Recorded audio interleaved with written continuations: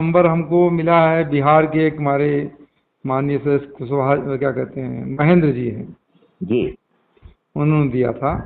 जी।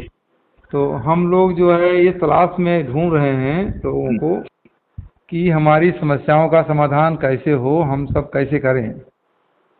हम्म। तो उसमें उन्होंने बताया कि एक आप आईपीएस अभी हैं या मतलब कि रिटायर हो चुके हैं? रिटायर हो चुके हैं। अच्छा जी। तो बताया कि आपके बारे में कि उन्होंने ऐसा कुछ एक योजना बना रहे हैं हम्म। जिससे कि हम लोग समस्या दूर हो सकती है। तो हम समस्या तो हमको समस्या बड़ा अच्छा अकेले हुआ क्योंकि समस्या हमके। अकेले समस्या अकेले दूर नहीं होगी।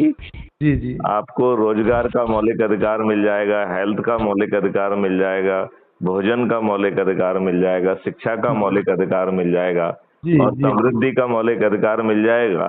जी जी। अपराध मुक्त भारत भी मिलेगा, भ्रष्टाचार मुक्त भारत भी मिलेगा, सही जी। टैक्स मुक्त भारत भी मिलेगा और कर्ज मुक्त भी भारत मिलेगा। जी जी जी जी तो ना तो आपको जो है समस्या तो छोड़िए, जी जी आपको सभी तरीके के निदान अपने आप आपके पास पहुंच जाएंगे। जी जी जी जी। आप अपने बारे में थोड़ा सा बताइए।